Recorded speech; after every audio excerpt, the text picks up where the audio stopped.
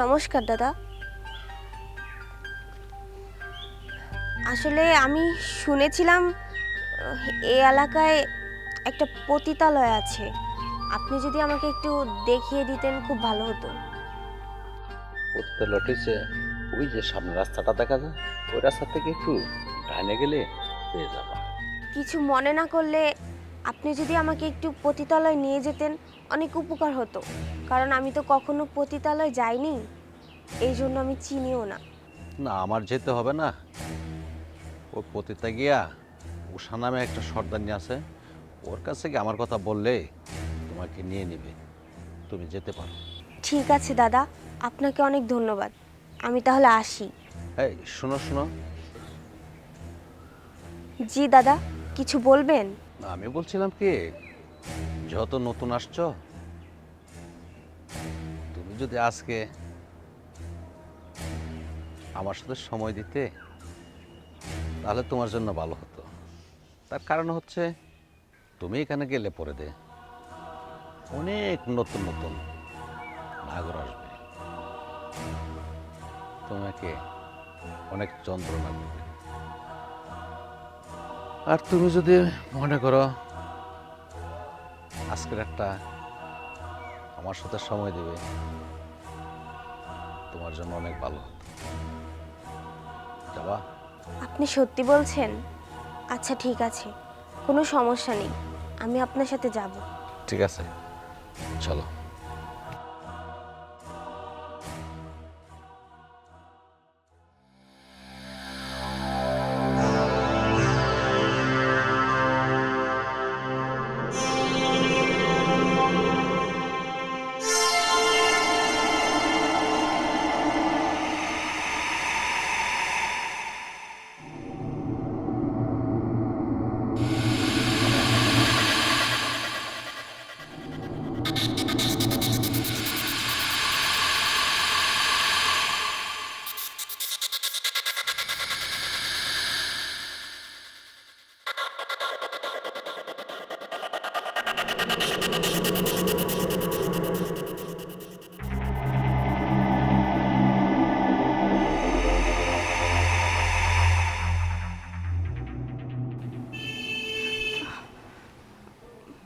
কি ব্যাপার?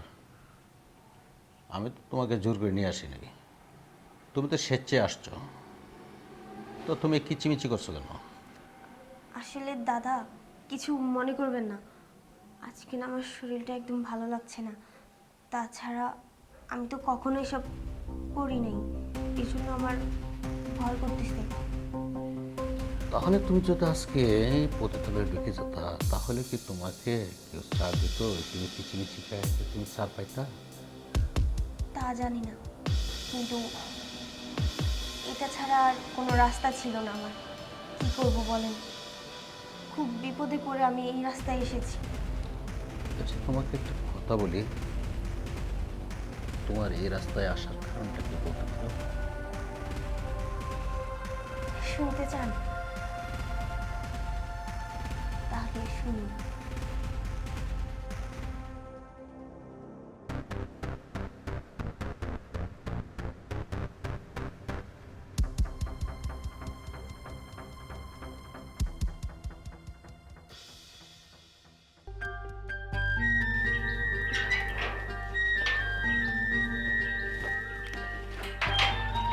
স্যার, নমস্কার। জি বলেন। কিছু না মনে করলে একটা কথা বলতে পারি? বলেন। আসলে আপনার অফিসে কি আমাকে একটা চাকরি দেওয়া যায়? শুনেন, আপনি দেখতে অনেক সুন্দরী। এই এখানে চাকরি করে আপনি কয় টাকা পাবেন? ২, ৪, ৫, ৬ হাজার, এর বেশি পাবেন না। তার থেকে আমি বলি আপনি পতিতালয়ে যান, সেখানে গেলে অনেক টাকা ইনকাম করতে পারবেন। বুঝতে পারছেন? আপনি তো দেখতে অনেক সুন্দরী। শুনেন, তার থেকে বলি কি, এখানে চাকরি করলে পাইবেন ২, ৪, ৬ হাজার টাকা, এর বেশি পাইবেন না। তার থেকে আপনি পতিতালয়ে যান, এখানে গেলে আপনি অনেক টাকা ইনকাম করতে পারবেন। ছি ছি, আপনি এসব কি বলতেছেন? আসলে আপনি যা ভাবছেন ওইসব কিছুই নয়। আমি এসব কেন করতে যাব? শুনেন, এত পেঁচাল পেরেন না। আমার এখানে কোনো চাকরি নাই, আমার যেটা ভালো মনে হয়েছে আপনারে সেটা বলছি। এখন আপনি করবেন না করবেন সেটা আপনার ব্যাপার। আমি আপনারে বলছি আপনি পতিতালয়ে গেলে অনেক টাকা পাইবেন, অনেক ইনকাম করতে পারবেন। আমার এখানে কোনো চাকরি বাকরি নাই, এখানে পেঁচাল পারেন না, আমার টাইম লস হচ্ছে, আমি গেলাম।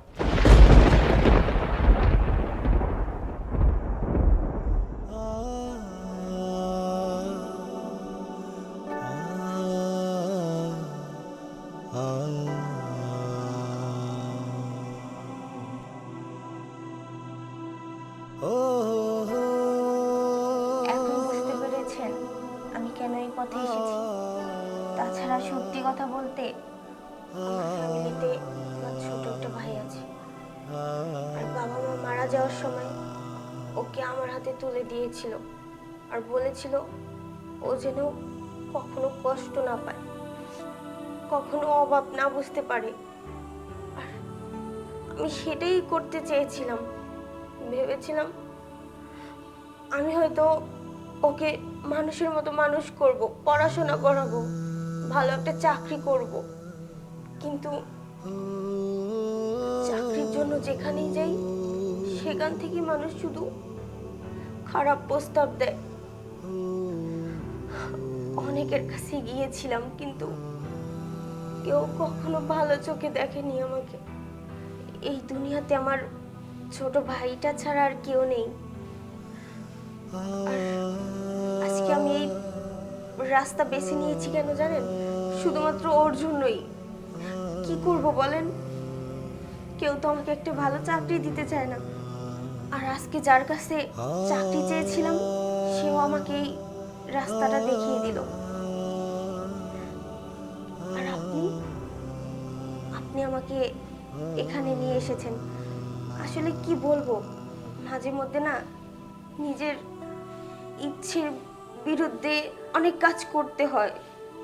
যে কাজগুলো আমি কখনো করতেই চাইনি সেই কাজগুলো আজকে আমার করতে হচ্ছে।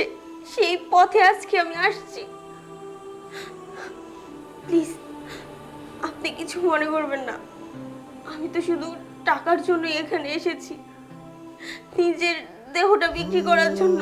নিজের দেহ বিনিময়ে ভেবেছিলাম হয়তো অনেক টাকা পাবো, সেই টাকা দিয়ে আমার অসুস্থ ভাইটার চিকিৎসা করাবো। ও খুব অসুস্থ, ওর হার্টে সমস্যা, ওর অপারেশন করানো লাগবে। যদি কালকের ভিতরে ওর অপারেশন না করাই তাহলে ওকে বাঁচাতে পারবো না। এখন আপনি বলেন আমি কি করব? কোন পথে যাব? কে আমাকে ভালো একটা চাকরি দিবে? কে আমাকে ভালো পথ দেখাবে? চুপ করো, কথা কম বলো।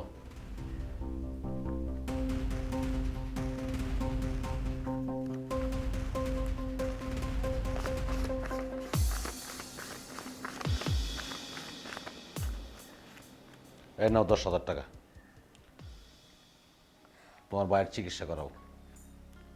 আর ঠিক 3 দিন পর যে জায়গাতে দেখা হয়েছিল সে জায়গায় চলে আসবে। আর যদি না আসো তাহলে আমি বাদশার রূপটা দেখতে পারবা। ঠিক আছে দাদা, আমি সময় মতো চলে আসবো। কিন্তু আমার তো বিশ্বাসই হচ্ছে না আপনি আমাকে এতগুলো টাকা দিয়েছেন, তাও আবার যে কথা বলে আপনি আমাকে নিয়ে এসেছেন সেই কাজ তো করেন নাই। আমি সত্যি আপনাকে দেখে অনেক ধন্য হয়েছি যে আজও আপনার মতো কিছু মানুষ আছে যারা মানুষকে সাহায্য করে, মানুষের পাশে থাকে। ঠিক আছে দাদা, আমি আসি তাহলে। হ্যাঁ, যাও যাও যাও, আমার রূপটা পরে বুঝতে পারবে।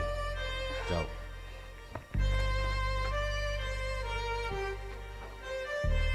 আসসালামু আলাইকুম রহমতুল্লাহ। আসসালামু আলাইকুম রহমতুল্লাহ। দাদা আমি আসছিলাম। ও আসছো? জি।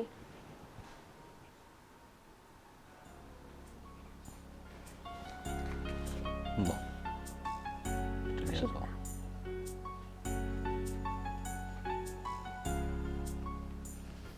আল্লাহু আমিন।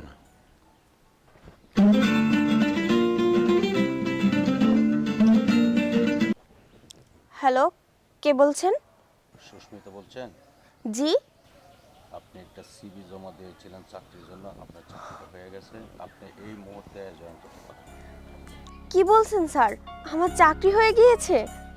ঠিক আছে, আমি আসছি। কত সুন্দর একটা খুশির খবর। এত সাধনার পরে আমার চাকরিটা হয়ে গিয়েছে। কিন্তু আজকে তো ওই লোকটা বলেছিল ওই লোকটার কাছে যেতে। কি করব? একদিকে আমার চাকরি, অন্যদিকে ওই লোকটা। ওই লোকটা তো আমার বিপদের সময় অনেকগুলো টাকা দিয়ে আমাকে সাহায্য করেছিল। না, আমি বরং চাকরিটাই করি।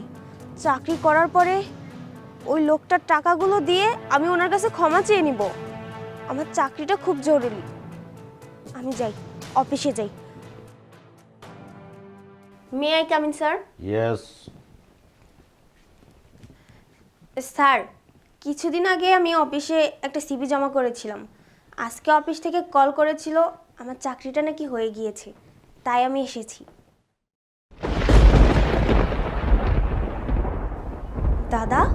হ্যাঁ, আমি। তোমার চাকরিটা হয়ে গেছে। কিন্তু আপনি এখানে?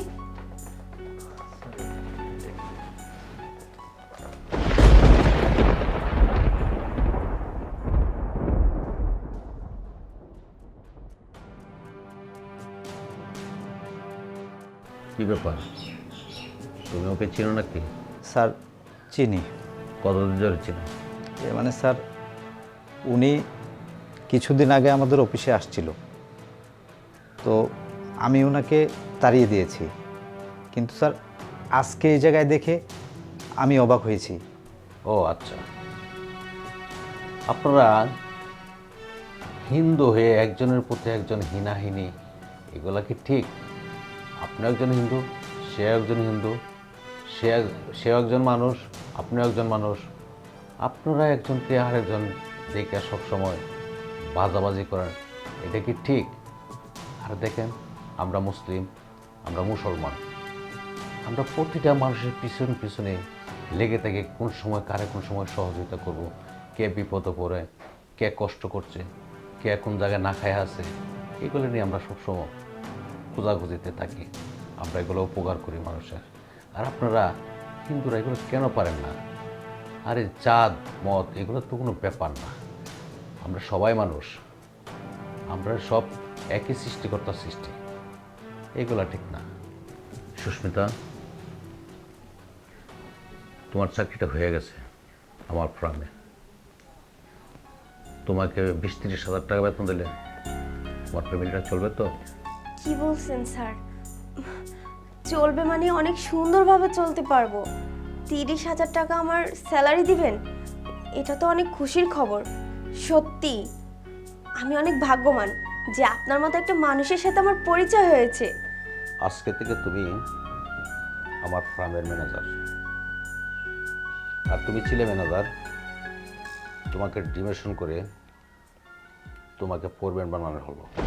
আজকে থেকে তুমি সুস্মিতাকে স্যার ডাকবে।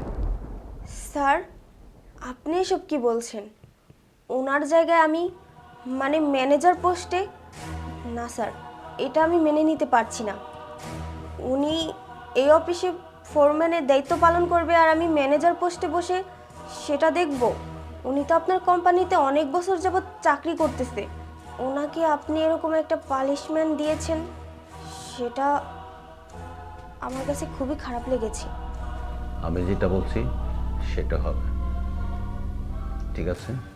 ম্যানেজার সাহেব, জি স্যার। আজকের ভিতরে ওনার দায়িত্বটা বুঝিয়ে দিন। Okay sir. ঠিক আছে, যান। আপনারা যান। ঠিক আছে। অনেকদিন পর একটা উপকার হতে পারলাম, সে উপকার করে আমার মনটা অনেক শান্তি পেলাম।